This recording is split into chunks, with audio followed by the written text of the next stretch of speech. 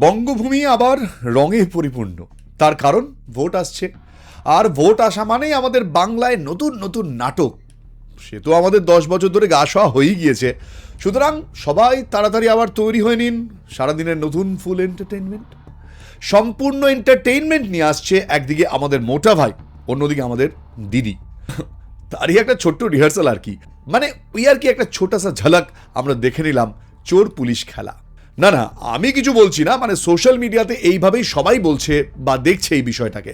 খুবই দুর্বল চিত্রনাট্য, এইরকমই অভিযোগ করছেন অনেকেই। তার কারণ কি জানেন? সারাদিনে সেই টানটান উত্তেজনার পর আলটিমেটলি কি হলো?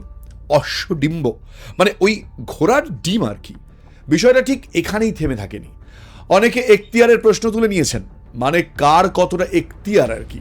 অবশ্য দিদি আর দাদার এই দড়ি টানাটানিতে নিজেদের এখতিয়ার কেই বা কবে রেখেছে বলুন তো? এখতিয়ার ভোলাটাই তো এখন আইন।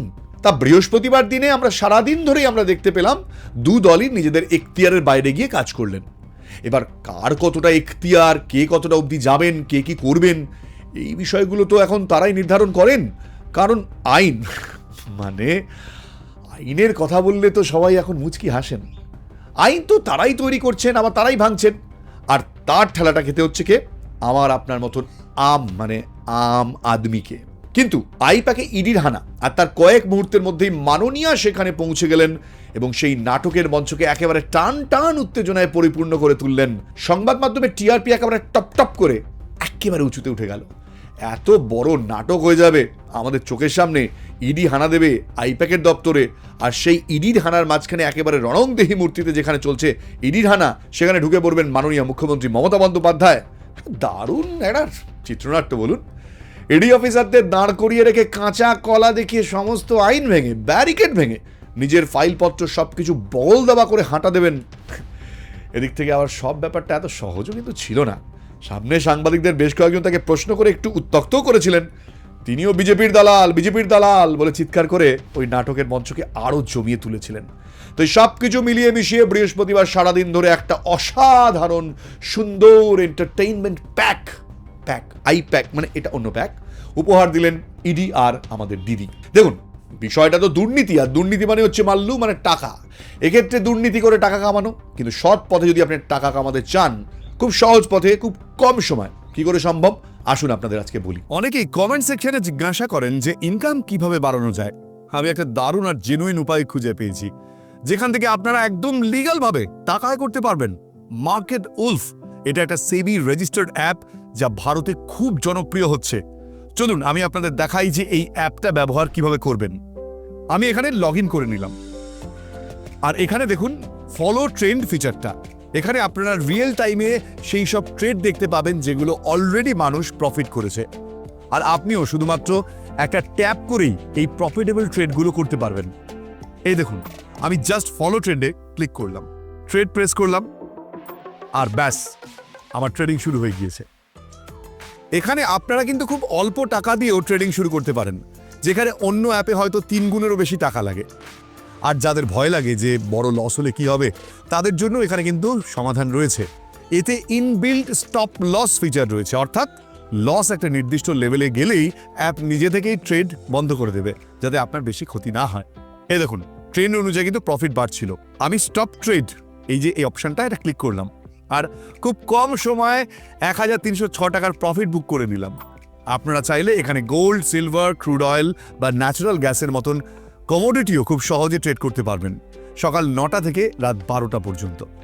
মার্কেট উলফ অ্যাপ আপনাদের ফ্রি রেকমেন্ডেশনও দেয়। এর সাহায্যে মানুষ ডিসেম্বরে একদিনে 8,606 টাকা, জুনে 70,468 টাকা এবং জুলাইতে 59,696 টাকা আর অক্টোবরে 58,207 টাকা পর্যন্ত প্রফিট করেছে। আর সব থেকে ভালো ব্যাপার কি জানেন? এই প্রফিটের ওপর মার্কেট উলফ কোনো রকমের কমিশন নেয় না। এই পুরো সুবিধাটা আপনারা মাত্র 99 টাকার লাইফ টাইম ফি দিয়ে ব্যবহার করতে পারবেন, সকাল 9টা থেকে রাত 12টা পর্যন্ত। মার্কেট উলফ অ্যাপের অলরেডি 2 মিলিয়নেরও বেশি ডাউনলোড রয়েছে এবং মানুষের মাধ্যমে নিজেদের ফিনান্সিয়াল ফিউচার তৈরি করছে। এবার আবার আসি নাটক পর্বে। এবার আপনারা বোধহয় একটু রেগেই যাচ্ছেন, হয়তো বলছেন এতক্ষণ ধরে না ভ্যাঁচ করে আসল কথাটায় আসুন তো মশাই। এবার বলি, মানে তাহলে আপনাদের বিষয়টা বলি। ম্যানে সব লেকে আয়া, আমি সব নিয়ে এসেছি, প্রকাশ্যে সাংবাদিকদের সামনে বললেন মুখ্যমন্ত্রী। বিষয়টা একবার ভাবুন তো, এর আগে পশ্চিমবঙ্গে অনেক রকম নাটক আপনারা দেখেছেন, কিন্তু এইরকম হাউসফুল, ফুল এন্টারটেইনমেন্ট, টান টান উত্তেজনায় ভরা ড্রামা না না, হালফিলে কেন, আগেও এইরকম ধরনের নাটক কোনো দিন দেখা যায়নি। সেই রকমই একটা নাটক দেখবার সৌভাগ্য কিন্তু বৃহস্পতিবার আমাদের সবার হয়েছিল। বিষয়টা কি ছিল? আইপ্যাক সংস্থার অফিসে হানা দিয়েছিল ইডি, ওই এনফোর্সমেন্ট ডিরেক্টরেট। ওই ভোট আসলেই প্রতিবার যেভাবে দিল্লি থেকে তেনারা আসেন আর কি, এবং তারপরেই রাতারাতি সব কিছু ভুলে যান। তাই জন্য আমাদের এখানে পার্থবাবু, অর্পিতা ম্যাডাম সবাই বেরিয়ে এলে তাদেরকে বীরবরণ করা হয়, যেন নেতাজি সুভাষচন্দ্র বসু, গান্ধীজি এরা জেল থেকে বেরিয়ে এসেছেন আর কি। সেই রকমভাবেই আর কি এখানেও তাই হয়েছে। এখানেও আবার সেই নতুন নাটকের একটা রিহার্সাল করবার জন্য ইডি চলে এসেছিল আইপ্যাকের দপ্তরে। সরি, মজাটা একটু বেশি হয়ে যাচ্ছে। আসলে মজার বিষয় তো, কি করে সিরিয়াস হই বলুন তো। এবার কালকে মানে সারাদিন ধরে সেই বিষয় আসে কি হলো। সোশ্যাল মিডিয়ায় দেখলাম অনেকে আবার আইপ্যাকটা কি, মানে এই প্যাকটা কি, ওই মানে অনেকেই এইরকম একটা করছেন। তা তাদের জন্য জানিয়ে রাখি, এই আইপ্যাকটা হলো একটা বেসরকারি প্রচার সংস্থা, যারা আমাদের রাজ্যের ক্ষমতাসীন দল তৃণমূল কংগ্রেসের ভোট প্রচারের বা ভোট কৌশলী হিসেবে কাজ করেছেন। আপনারা জানেন যে এর আগেও প্রশান্ত কিশোর ভোট কৌশলী হিসেবে কাজ করেছেন। তৃণমূল কংগ্রেস গাঁটছাড়া বেঁধেছে আইপ্যাকের সঙ্গে। সেই আইপ্যাকের কর্ণধার এখন এই মুহূর্তে প্রতীক জৈন। তিনি তৃণমূল কংগ্রেসের বিষয়টা দেখছেন, মানে তার সংস্থা তৃণমূল কংগ্রেসের ভোটের স্ট্র্যাটেজি, পার্টির প্ল্যান, সমস্ত বিষয়টা দেখেন। সে যাই হোক, সেটা গণতান্ত্রিক অধিকার, যে কেউ করতেই পারেন, সে বিষয়ে আমাদের কিচ্ছু বলার নেই। এইখানে দাঁড়িয়ে হঠাৎ করে আইপ্যাকের দপ্তরে ইডি হানা দিল। এবার আইপ্যাকের দপ্তরে ইডি হানার সাথে তৃণমূল কংগ্রেসের সম্পর্কটা আমাদের কাছে স্পষ্ট হলেও ইডি এ বিষয়ে কিছু বলেনি। একটা রুটিন হানার মতোই, মানে ওই যেভাবে ইডি বিভিন্ন জায়গাতে তল্লাশি চালায় বা ইনভেস্টিগেশন চালায়, সেইভাবেই এসেছিল। এবং সেইখানে হানা দেওয়ার সঙ্গে সঙ্গেই কিছুক্ষণের মধ্যেই স্বয়ং রাজ্যের মুখ্যমন্ত্রী এসে হাজির হলেন সেখানে। তিনি রণংদেহী মূর্তিতে ঢুকে পড়লেন, সমস্ত ব্যারিকেড, বেড়াজাল সব ভেঙে। ভেতর থেকে নিজেদের সবুজ রঙের ফাইল, হার্ড ডিস্ক সবকিছু নিয়ে একেবারে বেরিয়ে এলেন। সারা দিন ধরে সেখানে সাংবাদিক থেকে শুরু করে পুলিশরা হম্বতম্ব, মানে হতভম্বের মতন দাঁড়িয়ে রইল। ইডির কর্তারা মুখ্যমন্ত্রীকে আটকালেন না কেন, তা নিয়েও একটা বড় প্রশ্ন। প্রশ্নগুলো ওঠার কারণ হলো সেই যে শুরুতেই বলেছি, এখতিয়ারের প্রশ্ন। কার কতটা এখতিয়ার? একটা সংস্থাকে আপনি কোনো কাজ করতে দিয়েছেন, এবার সেই সংস্থার দপ্তরে পুলিশ হানা দিয়েছে। আপনার কি কোনো অধিকার আছে যেখানে একটা ইনভেস্টিগেশন চলছে সেখানে ঢুকে গিয়ে সেই হানা চলাকালীন নিজের ফাইলপত্র, হার্ড ডিস্ক সব বগল দাবা করে নিয়ে বেরিয়ে আসবেন? মুখ্যমন্ত্রী পারবেন, আপনি পারবেন না। কিন্তু মাথায় রাখবেন, এটা গুরুতর আইন লঙ্ঘনের বিষয়। সে আপনার ক্ষেত্রে প্রযোজ্য, বড় বড় নেতাদের ক্ষেত্রে প্রযোজ্য নয়। কিন্তু সেই আইন লঙ্ঘনের বিষয়টাই ঘটে গেল আমাদের চোখের সামনে। সকাল থেকে কি হলো? সকাল তখন 7:30, কুয়াশার আমেজ জড়িয়ে রাজ্যবাসী শীতে ঘুমু ঘুমু চোখ সবেমাত্র খুলে কাজে মন দিয়েছেন। আর সেই মুহূর্তেই ঘটে গেল ভয়ঙ্কর এক বিস্ফোরণ। সবার চোখ গিয়ে পড়লো টিভির পর্দায়, কারণ নাটকের প্রথম দৃশ্যটি একেবারে টান টান উত্তেজনা। ইডি পৌঁছে গিয়েছে আইপ্যাকের দপ্তরে। ওই যে নাটক শুরু হলো সন্ধ্যে 7টায়, শীতের আমেজে দিনভর নাটকীয় প্রবাহের উত্তাপ পোহালো রাজ্যবাসী। কয়লা পাচার কাণ্ডে তল্লাশি চলছে। তৃণমূলের ভোট কৌশলী সংস্থা আইপ্যাকের কর্ণধারের বাড়িতে সেই তল্লাশি ঠেকাতে ছুটে যাচ্ছেন স্বয়ং মুখ্যমন্ত্রী। সংস্থার অফিসেও গেলেন তিনি। ইডি আধিকারিকদের সামনে থেকে বেমালুম নথি, হার্ড ডিস্ক কার্যত ছিনতাই করে নিয়ে দলের নামে কেনা গাড়িতে নিয়ে বেরিয়ে চলে গেলেন মুখ্যমন্ত্রী। আর ঘটনার সময় আমাদের মাননীয় ইডির কর্তারা সে কেমন একটা অবাক হয়ে পৃথিবী প্রথম দেখার মতন তাকিয়ে রয়েছেন, যেন কোনো স্বর্গীয় দৃশ্য দেখছেন। তাদের যে কিছু করার আছে, মানে আইন টাইন বলেও যে একটা বিষয়বস্তু রয়েছে তাদের, সেসব কিছুই করার ছিল না তাদের। এই বিষয়গুলো তারা যেন জানেনই না। এমন একটা ভাবসাব যেন কালকেই ইডির চাকরি পেয়ে আজকেই প্রথম তারা এসেছেন কোনো জায়গায় হানা দিতে, সেই রকম আর কি। ভালো করে পড়ে আসা হয়নি। মুখ্যমন্ত্রীর বিরুদ্ধে তদন্তে হস্তক্ষেপের অভিযোগ আদালতে পৌঁছেছে। মুখ্যমন্ত্রী তিনি এসেছেন শুধু একা নন, তিনি দলীয় জিনিসপত্র নিতে এসেছিলেন রাজ্যের প্রশাসনিক কর্তাদের সঙ্গে নিয়ে। এদিকে পুলিশ কি বলছে? পুলিশের তরফ থেকেও দায়ের হয়েছে এফআইআর। শাসক দলও পৌঁছলো হাইকোর্টে। ঘটনার স্রোতে মাঝেই উঠল অনেক অভিযোগ, সব গুরুতর প্রশ্ন, সংশয়, উদ্বেগ, চারিদিক থেকে প্রশ্নের পর প্রশ্ন। একই সঙ্গে রাজ্যবাসীর স্মৃতিতে ভেসে উঠছে 7 বছর আগের একটা দিনের কথা। একই স্থান, একই সময় আর একই ভরপুর নাটক। 7 বছর আগে পিছিয়ে যান, আজকে যেখানে ইডি দপ্তর তার ঠিক ওই 4-5টা বাড়ি আগেই একই নাটকের সাক্ষী ছিল কলকাতাবাসী। 2019-এর 3রা ফেব্রুয়ারি পুলিশ কমিশনার রাজীব কুমারের বাড়িতে কেন্দ্রীয় সংস্থা ইডি তল্লাশি চালাতে গিয়েছিল। আর ঠিক এইরকমভাবেই সেই রাউডি রাঠোর স্টাইলে পৌঁছে গিয়েছিলেন আমাদের মুখ্যমন্ত্রী, দাবাং মুখ্যমন্ত্রী মমতা বন্দ্যোপাধ্যায়। ঠিক এভাবেই গাড়ি থেকে নেমে রণংদেহী মেজাজে ঢুকে পড়েছিলেন রাজীব কুমারের বাড়ি তল্লাশি ঠেকাতে। আর তার আরও একটা বছর পর মানে 2020 সালে অনুপ মাঝি ওরফে কয়লা মাফিয়া লালার বিরুদ্ধে যে মামলা করা হয়েছিল, কয়লা পাচার কাণ্ডে তদন্ত শুরু করেছিল ইডি, সেই তদন্তের সঙ্গে কিন্তু সম্পর্কিত এই দিন আইপ্যাক অফিসে প্রতীক জৈনের বাড়িতে তল্লাশি অভিযান। তদন্তকারী সংস্থার দাবি কি, কয়লা পাচার তদন্তে মানি লন্ডারিংয়ে গুরুত্বপূর্ণ অভিযোগ রয়েছে। তাই এবার দেখা যায় যে হাওলার মাধ্যমে কয়েকশো কোটি টাকা পাচার করা হয়েছে এবং সেই সূত্রে আরও গুরুতর অভিযোগ উঠেছে। এ কাজে হাওলার কারবারে থাকা একটা সংস্থার সঙ্গে সরাসরি নাকি তৃণমূলের এক ভোট কৌশলী সংস্থা আইপ্যাক যুক্ত রয়েছে। প্রতীক জৈন তিনি এর মালিক, তিনি নাকি কোটি কোটি টাকা মানি লন্ডারিং করেছেন। সবটাই অভিযোগ, আমরা কেউ কিছু বলছি না, সবটাই ইডির অভিযোগ, আমরা কেউ কিছু বলছি না, এটা একটা ডিসক্লেমার মনে রাখবেন। এবং সেই বিষয়ে তদন্ত গড়াতে গড়াতে কালকের নাটক অবধি এসে পৌঁছেছিল। 2021 সালের বিধানসভা ভোটের সময় সামনে আসে এই সংস্থার নাম। তখন এর কর্ণধার কে ছিলেন? প্রশান্ত কিশোর। একটু আগে যার কথা বলেছি, মুখ্যমন্ত্রীর পাড়ায় ভোটার তালিকাতেও নাম ওঠে এই প্রশান্তের। সংশ্লিষ্ট কয়েকশো কোটি টাকার আইপ্যাকের সঙ্গে চুক্তি হয়েছিল এই তৃণমূলের। আইপ্যাকের সঙ্গে মূলত যোগাযোগটা রাখেন আমাদের অভিষেক বন্দ্যোপাধ্যায়, তরুণ তুর্কি তৃণমূল নেতা। এখন আইপ্যাকের কর্ণধার অভিষেক ব্যানার্জির ঘনিষ্ঠ প্রতীক জৈন কিভাবে তিনি নিজেরটা গুছিয়ে টুচিয়ে নিচ্ছেন সেগুলো তো জাহাজের খবর আমরা মানে ওই আদার ব্যাপারীরা কি করে জানবো বলুন তো।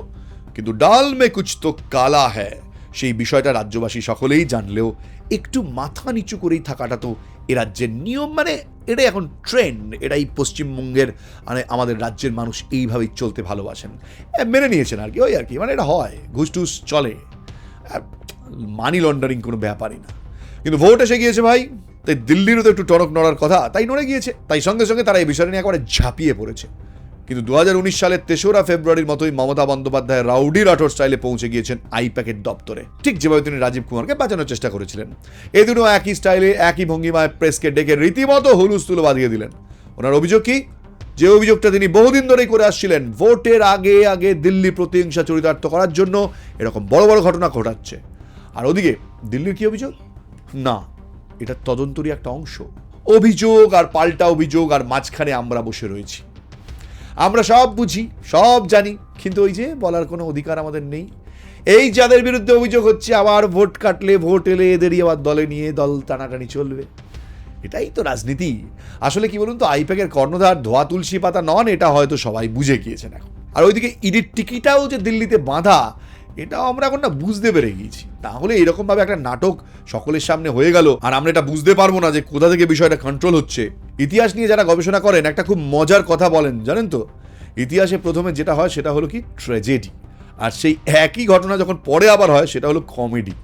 2019 সালের 3রা ফেব্রুয়ারি রাজীব কুমারের বাড়িতে ঘটে যাওয়া ঘটনা ছিল ট্র্যাজেডি, এবং 7 বছর পর কালকে যে ঘটনা ঘটলো ওই একই রকম জায়গায় আইপ্যাকের অফিসে, এটা কমেডি ছাড়া আর কিচ্ছু নয়।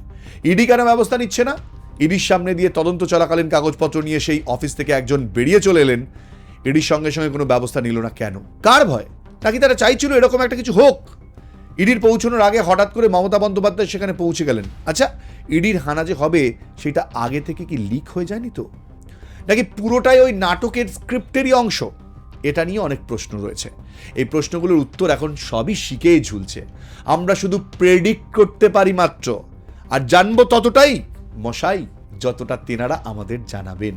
এর আগে অতীতে এরকম ঘটনা আমাদের মাননীয়া অনেক ঘটিয়েছেন, যেমন ভবানীপুর থানা থেকে দুষ্কৃতীদের ছিনতাই করে নিয়ে আসা, বিধানসভা ভবন একবারে ভেঙে তছনছ করে দেয়া, আরজিকর হাসপাতালে প্রমাণ লোপাটে তৃণমূলের ভাঙচুর, কলকাতা পুলিশের কমিশনার থাকাকালীন রাজীব কুমারকে সিবিআই জেরা থেকে বাঁচাতে মুখ্যমন্ত্রী একেবারে তাঁর লোকজন নিয়ে রাস্তায় নেমে পড়া। রাজনৈতিক হইচই সৃষ্টি করতে একই স্ক্রিপ্টে বারবার আপনারা নাটকে নামবেন না, এটা কিন্তু হয় না। একই নাটক বারবার দেখতে ভালো লাগে মশাই, কারণ অতীতের ওই স্ক্রিপ্টগুলোতে একটা জিনিস খুব পরিষ্কার ছিল, বিরাট হাঁকডাক করে সিপাহী শান্তি নিয়ে মানে গাড়ি নিয়ে ইডির কর্তারা ওই যে শেষে मैं कौन हूँ স্টাইলে দাঁড়িয়েছিলেন, मैं कौन हूँ कहाँ हूँ, ব্যাপারটা একটা এরকম যেন তারা কিছুই জানেন না, এই প্রথম পৃথিবীতে এসেছেন। কালকেও দেখলাম একই জিনিস, তারা ওই একইভাবে দাঁড়িয়ে রয়েছেন। পরে অবশ্য অনেক রকম ব্যবস্থা নেওয়া হয়েছে, কোর্টে শুনানি অবধি গড়িয়েছে বিষয়টা। মাননীয় কোর্ট এবার ডিসিশন নেবে। মুখ্যমন্ত্রী বেরিয়ে এসে সাংবাদিকদের বললেন, সব লেকে আয়া। এটাও কি কিছু হবে শেষ পর্যন্ত, নাকি এর আগে অন্যান্য ঘটনাগুলির মতনই শেষ পর্যন্ত এটাও শিখেই উঠে যাবে? এই বিষয়টা নিয়ে কিন্তু এখন রাজ্যবাসী চিন্তা করছে। প্রতিবার একই স্ক্রিপ্টের নাটক দেখে দেখে আমরা হাঁপিয়ে উঠেছি। যারা করে যাচ্ছেন তাদের কষ্ট হয় কিনা বলতে পারবো না, তবে স্ক্রিপ্টে একটু চেঞ্জ করা উচিত, কি বলেন? হ্যাঁ, তার কারণ কালকে যেটা হয়েছে একটু সিরিয়াসলি চিন্তা করে দেখলে বুঝবেন দেশের পরিস্থিতি এবং রাজনৈতিক এখতিয়ারের পক্ষে এটা গুরুতর। কেন গুরুতর? গুরুতর এই কারণে যে কার কতটা অধিকার এবং অধিকার লঙ্ঘন করাটা যে আইনকে লঙ্ঘন করা, এই বিষয়টা কেউ বুঝতে পারছে না। ইডির কতটা অধিকার ছিল, এবং যখন তার সামনে দিয়ে রাজ্যের মুখ্যমন্ত্রী, তিনি যেই হন না কেন, সাধারণ মানুষ বা রাজ্যের মুখ্যমন্ত্রী, যখন ইডির সার্চ চলে তখন সকলের একই রকম এখতিয়ার। সেখানে এই সার্চের সমস্ত নিয়ম লঙ্ঘন করে মুখ্যমন্ত্রী গিয়ে তার ফাইলপত্র, কাগজপত্র সবকিছু বের করে নিয়ে চলে এলেন। কিন্তু ইডির কর্তারা তেমন কিছু করলেন না, করতে পারলেন না। তাদের কি করার কিছুই ছিল না। তার মানে তারা বিষয়টাকে এন্ডোর্স করলেন। ভবিষ্যতে কিন্তু এটা একটা নজির সৃষ্টি হয়ে রইল যে আইন ভাঙা যায়। আর রাজ্যের মুখ্যমন্ত্রী যেটা করলেন সেটা থেকে ভবিষ্যতে এরকম অন্য কোনো হামলা হলে অন্যরাও এই একই রকম আচরণ করবেন তো, মানে করা যাবে তো? কারণ তারা তো দেখে নিয়েছেন যে আমাদের রাজ্যের মুখ্যমন্ত্রী এমন করেন, তাদের উৎসাহিত করলেন না তো। সুতরাং এখতিয়ারের প্রশ্ন, আইন ভাঙার প্রশ্নগুলো কিন্তু কালকের পর থেকে বেশি করে উঠতে শুরু করে দিয়েছে। আইন যদি একবার ভাঙা হয় তাহলে এটা আস্তে আস্তে শিব ঠাকুরের সেই আপন দেশ হয়ে যাবে না তো, যেখানে আইন কানুন সর্বনেশে, নাকি এখানে আইন ভাঙাটাই আইন হয়ে দাঁড়াবে? বিষয়টা কিন্তু রাজনৈতিক নেতাদের সাথে সাথেও এবার আপনাদের বোঝার সময় হয়ে গেছে বস, আর সময় নেই। বৃহস্পতিবারের এই দিনটাকে যদি রাজনৈতিক নাটক মনে হয়, তাহলে এই নাটক কিন্তু শুধু আমাদেরকে কমেডিই দিচ্ছে না, ভবিষ্যতের একটা ভয়াবহ ট্র্যাজেডির দিকে ঠেলে দিচ্ছে, যেখানে কারোর আর কোনো রাজনৈতিক মর্যাদা বলে কিছু থাকবে না। কোনো সংস্থা, কোনো আইনি সংস্থার কোনো মর্যাদা থাকবে না। সবাইকে মানুষ খুব সহজভাবে নেবে। অপরাধীরা বুঝে যাবে এখানে আইন ভাঙলেও কারোর কিচ্ছু অধিকার নেই। আমাদের ভরসা কিন্তু মাননীয় কোর্ট, মাননীয় হাইকোর্ট, মাননীয় সুপ্রিম কোর্ট। তারা যদি শক্ত হাতে বিষয়টা না ধরেন, তাহলে এই রাজ্যে কিন্তু আইন ভাঙাটাই নিয়ম হয়ে দাঁড়াবে। আর আইন যেখানে থাকে না, সেই রাজ্যের কি হাল হয় সেটা তো আমরা সবাই জানি। বিষয়টা নিয়ে এবার কিন্তু সিরিয়াসলি ভাবতে হবে আমাদের। যাই হোক, এই ভিডিও এখানে শেষ করছি। রাজ্যের গুরুত্বপূর্ণ মতামত আপনারা দিতে ভুলবেন না। ভোট আসছে, জানি আপনারা ভোট দিতে ভালোবাসেন। ভোট কাকে দেবেন সেটা পরের বিষয়, কিন্তু এই গোটা বিষয়টি নিয়ে আপনার কি মতামত একটু জানাবেন।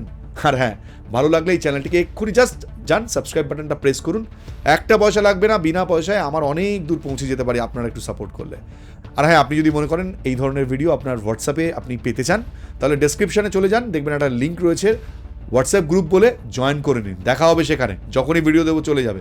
মার্কেট উলফ অ্যাপের অলরেডি 2 মিলিয়নেরও বেশি ডাউনলোড রয়েছে এবং মানুষের মাধ্যমে নিজেদের ফিনান্সিয়াল ফিউচার তৈরি করছে। লিঙ্ক ডেসক্রিপশনে দেওয়া আছে আর কমেন্টেও পিন করা রইল। এখন যান আর চেক করুন মার্কেট উলফ। তাহলে দেখা হচ্ছে আমার নতুন নাটক নিয়ে। আপাতত শেষ করছি। জয় হিন্দ।